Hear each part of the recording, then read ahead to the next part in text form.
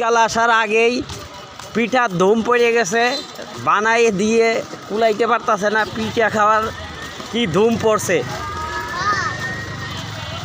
দেখেন, কেমন পিঠার চাপ পড়ছে। গরমকালে এই অবস্থা পিঠার, আর শীতকালে তাহলে কেমন পিঠার চাপ পড়ব।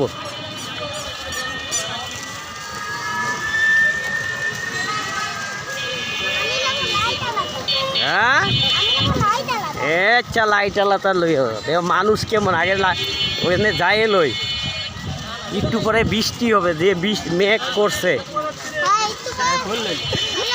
প্রচুর মেঘ করছে। হ্যাঁ মেলা, হ্যাঁ মেলার 2-3 দিন থাকবে আফতাবনগর। এটা আফতাবনগর মেলা লাগছে, 2-3 দিন থাকবো এখনই এই মেলাটা, তারপরে শেষ হয়ে যাবে। কে হ্যাঁ মেলাটা 2-3 দিন থাকবে।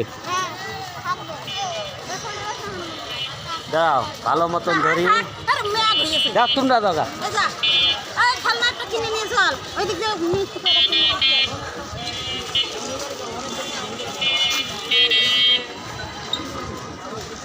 হ্যাঁ 4 লাখ